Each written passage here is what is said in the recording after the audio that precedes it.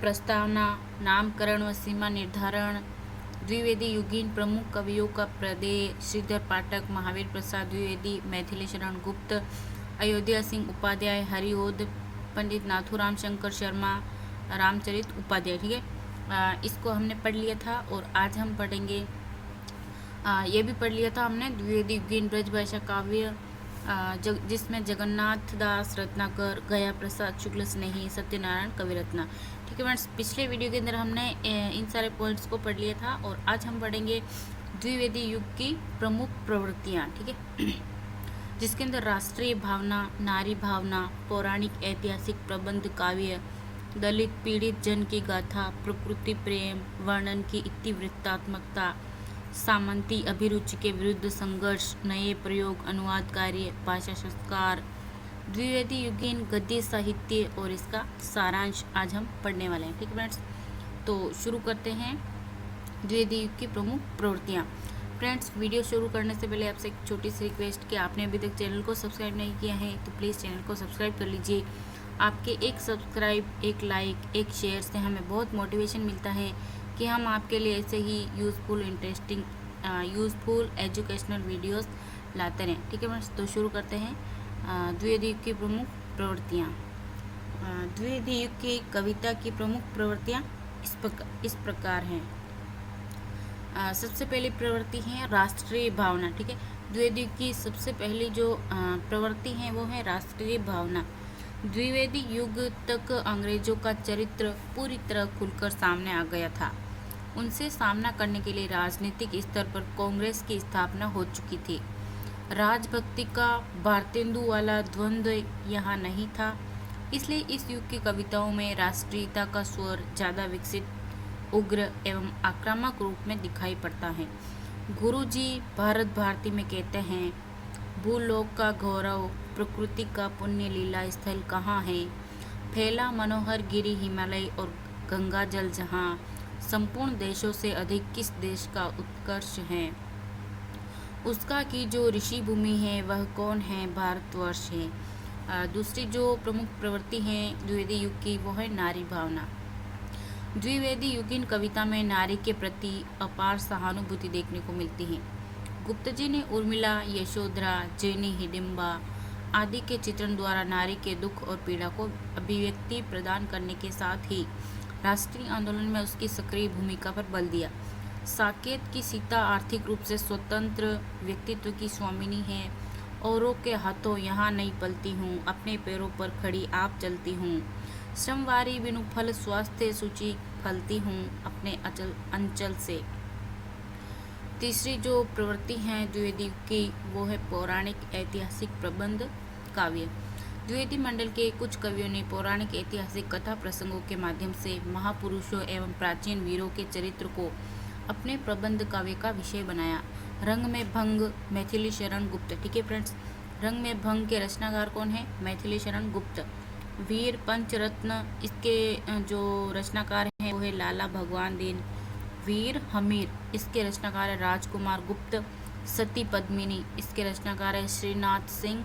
आदि आख्यानक पर काव्यों को इस प्रसंग में याद रखना आवश्यक है। वीरत्व अथवा त्याग के आदर्शों से भरे हुए ये प्रबंध काव्य उस समय पाठकों में प्रेरणा का संचार करने के उद्देश्य से लिखे गए थे। दलित पीड़ित जन की गाथा।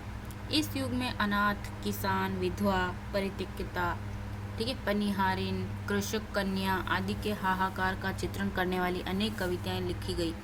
इस दृष्टि से कृषक क्रंदन, गया प्रसाद शुक्ल स्नेही बहुत इम्पोर्टेंट फ्रेंड्स है, बहुत जो कृषक क्रंदन जो रचना है बहुत इम्पोर्टेंट है फ्रेंड्स, और इसके जो लेखक हैं वो हैं गया प्रसाद शुक्ल स्नेही।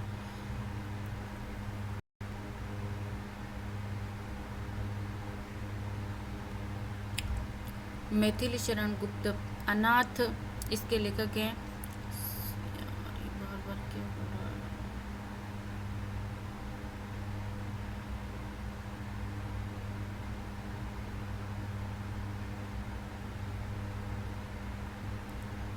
अनाथ के लेखक है सिया राम शरण गुप्त। नाविक वधु, इसके लेखक एक गुरु भक्त सिंह भक्त उल्लेखनीय हैं। वंचितों और दीनों की सेवा में ही सच्चा ईश्वरत्व है और सच्चे मानवता भी। इस भावधारा की सुनिश्चित पहचान करते हुए तत्कालीन अनेक कवियों ने प्रायः एक जैसी कविता लिखी। इस भावधारा की अभिव्यक्ति नाथूराम शर्मा शंकर की इन पंक्तियों में देखने को मिलती हैं, जिसमें वे किसान की गरीबी और दरिद्रता की चर्चा करते हैं। भूखे पेट अकिंचन सोए रहे, बिन भोजन बालक रोम रहे, चिथड़े तक भी न रहे तन पे, दिक धूल पड़े इस जीवन पे। अगले जो द्विवेदी युग की प्रमुख प्रवृत्ति है वो है प्रकृति प्रेम। 19वीं सदी के अंत में श्रीधर पाठक और ठाकुर जगमोहन ने प्रवृत्ति के रूप में स्वतंत्र आलम्बनत्व धर्म प्रदान कर एक प्रकार के रोमांटिक काव्यादर्श का प्रवर्तन किया। द्विवेदी युग में उस धारा का विकास राम नरेश त्रिपाठी के मिलन, स्वप्न और पथिक नामक प्रबंध काव्यों में हुआ। इन्हीं प्रयत्नों की श्रृंखला में मैथिली शरण गुप्त के नक्षत्र निपात, पुष्पांजलि आदि कविताओं में देखने को मिलता है। प्रिय प्रवास में हरिओद लिखते हैं, दिवस का अवसान समीप था, गगन था कुछ लोहित हो चला, तरुशिखा पर अब थी राजती, कमलिनी कुल वल्लभ की प्रभा।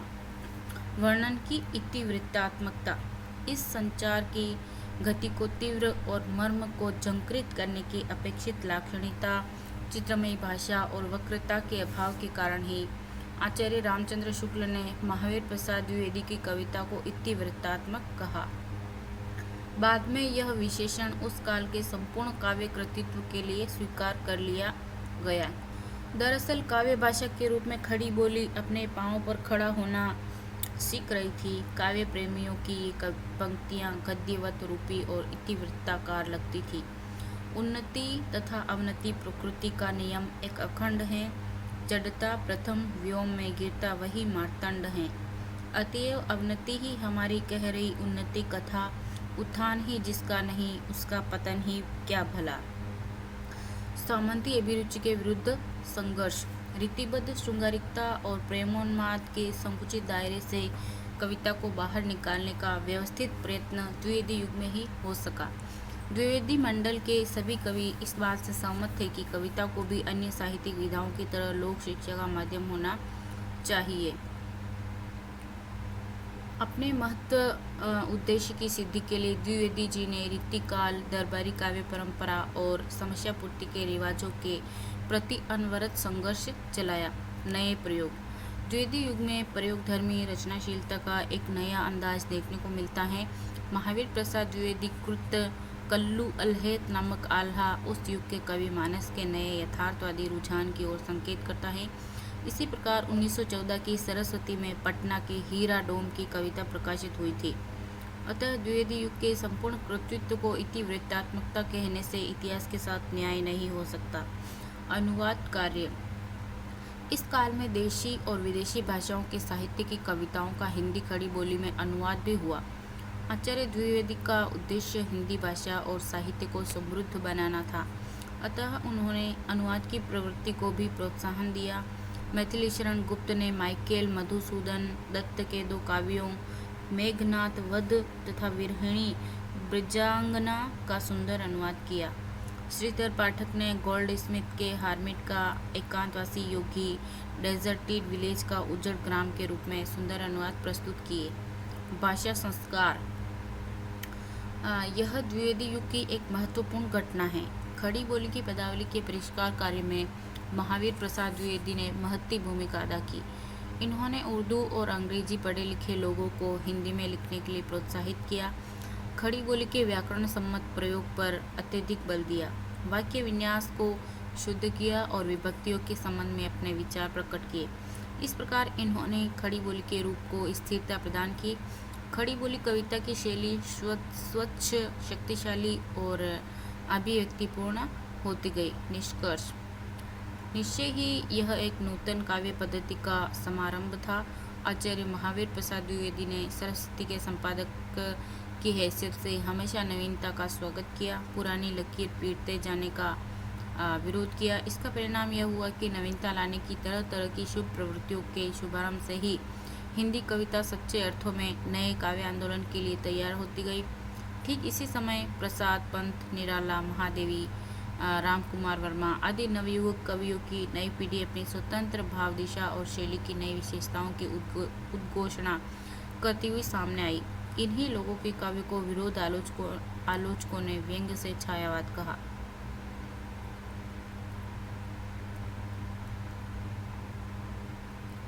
द्विवेदी युगीन गद्य साहित्य, ठीक है फ्रेंड्स, इसको हमने पद्य साहित्य का पढ़ लिया हमने, और द्विवेदी युग के अंदर गद्य साहित्य किस तरीके का था, कौन कौन रचनाकार थे, उसके बारे में हम पढ़ेंगे।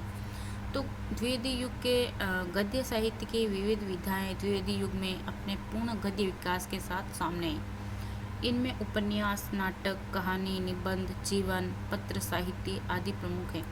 20वीं शताब्दी में जिस एक व्यक्ति ने हिंदी गद्य के निर्माण और प्रसार के लिए सर्वाधिक स्तुत्य कार्य किया, उसका नाम महावीर प्रसाद द्विवेदी, ठीक है फ्रेंड्स, बहुत इम्पोर्टेंट है, ठीक है, इसलिए इनका नाम इनके नाम पर ही इस युग का नाम द्विवेदी युग पड़ा। इंडियन प्रेस प्रयाग से सरस्वती मासिक पत्रिका का प्रकाशन हिंदी साहित्य की महत्वपूर्ण घटना है। आचार्य द्विवेदी इसके संपादक थे। इस पत्रिका के माध्यम से द्विवेदी जी ने भाषा के परिमार्जन का अभूतपूर्व कार्य संपन्न किया। ये बहुत इंपॉर्टेंट है फ्रेंड्स। इंडियन प्रेस प्रयाग से सरस्वती मासिक पत्रिका का प्रकाशन जो होता था, उसके संपादक कौन थे? आचार्य महावीर प्रसाद द्विवेदी जी थे, ठीक है। और ये जो सरस्वती मासिक पत्रिका थी 20वीं शताब्दी के अंदर, ठीक है, इस पत्रिका के माध्यम से द्विवेदी जी ने भाषा के परिमार्जन का अभूतपूर्व कार्य संपन्न किया।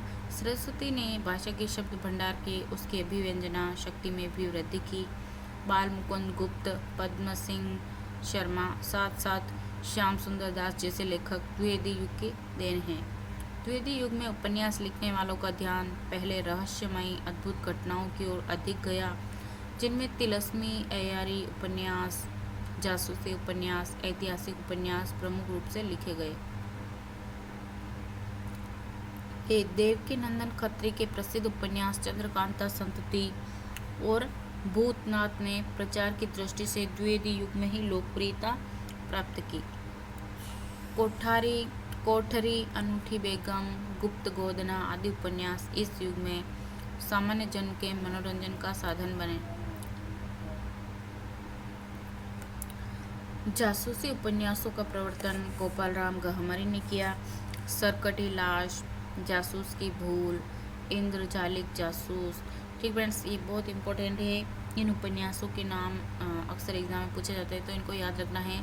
जो देवकीनंदन खत्री जी हैं, उनके उपन्यास हैं चंद्रकांता संतति और भूतनाथ, ठीक है। और जो जासूसी उपन्यास के अंदर एक गोपालराम गहमरी हैं, उनके उपन्यास हैं सरकटी लाश, जासूस की भूल, इंद्रजालिक जासूस। और जो सामाजिक उपन्यास हैं, उनके अंदर लज्जाराम शर्मा, ब्रजनंदन सहाय, राधिका रमण प्रसाद सिंह आदि प्रमुख हैं।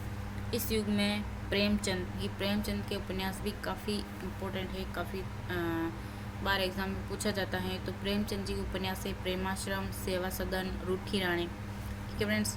रूठी रानी उपन्यास के लेखक कौन हैं? वो प्रेमचंद है।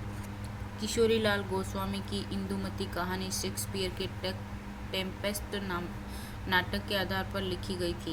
यही सरस्वती में 1900 में प्रकाशित हुई थी। सरस्वती में ही रामचंद्र शुक्ल की 11 वर्ष का समय और बंग महिला की दुलाई वाली कहानी प्रकाशित हुई। इन कहानियों को द्विवेदी युग की प्रारंभिक कहानियों में गिना जाता है। इस युग में जयशंकर प्रसाद ने भी छाया शीर्षक से अपनी कहानियों का संकलन प्रकाशित किया। प्रेमचंद की पंच परमेश्वर, सज्जनता का दंड और दुर्गा का मंदिर कहानियां सरस्वती में ही प्रकाशित हुई थी। चंद्रधर शर्मा गुलेरी की प्रसिद्ध कहानी उसने कहा था 1915 ईस्वी में प्रकाशित हुई थी। द्विवेदी युग की कहानी का रुझान थोड़ा बहुत इतिहास की ओर भी था और कुछ कहानियां ऐतिहासिक पृष्ठभूमि पर भी लिखी गई। संक्षेप में द्विवेदी युगीन हिंदी कहानी को शिल्प की दृष्टि से उच्च स्तरीय नहीं कहा जा सकता, किंतु यह कहना असंगत होगा कि उस युग की पत्र पत्रिकाओं के माध्यम से कहानी विधा बहुत समृद्ध हुई और उसने अपना स्वरूप स्थापित कर लिया। आचार्य Mahavir Prasad Dwivedi, sir William Jones ने संस्कृत कैसे लिखी, कवि कर्तव्य, कवियों की उर्मिला वैश्यक उदासीनता के अतिरिक्त जिन अन्य लेखकों ने इस कालखंड के निबंध साहित्य को समृद्ध किया, उनमें माधव प्रसाद मिश्र, सब मिट्टी हो गया, जीवन संग्राम में विजय पाने के उपाय, अध्यापक पूर्ण सिंह, आचरण की सभ्यता, सच्ची वीरता, गणेश शंकर विद्यार्थी और चंद्रधर शर्मा गुलेरी के नाम उल्लेखनीय हैं। द्विवेदी युग के लेखकों की दृष्टि से लोकोपयोगी विषयों की ओर अधिक रही। परिणामतः इस युग में साहित्य और भाषा विषयक नहीं अपितु इतिहास एवं पुरातत्व, भूगोल, धर्म, विज्ञान आदि से संबंध विषयों पर काफ़ी निबंध लिखे गए। इस युग में भाषा परिष्कार पर पर्याप्त बल दिया गया। द्विवेदी युग में जिस प्रकार के नाटक लिखे गए, उनकी पृष्ठभूमि में बांग्ला भाषा के गिरीश घोष तथा डॉक्टर एल रॉय के नाटकों का अनुवाद था।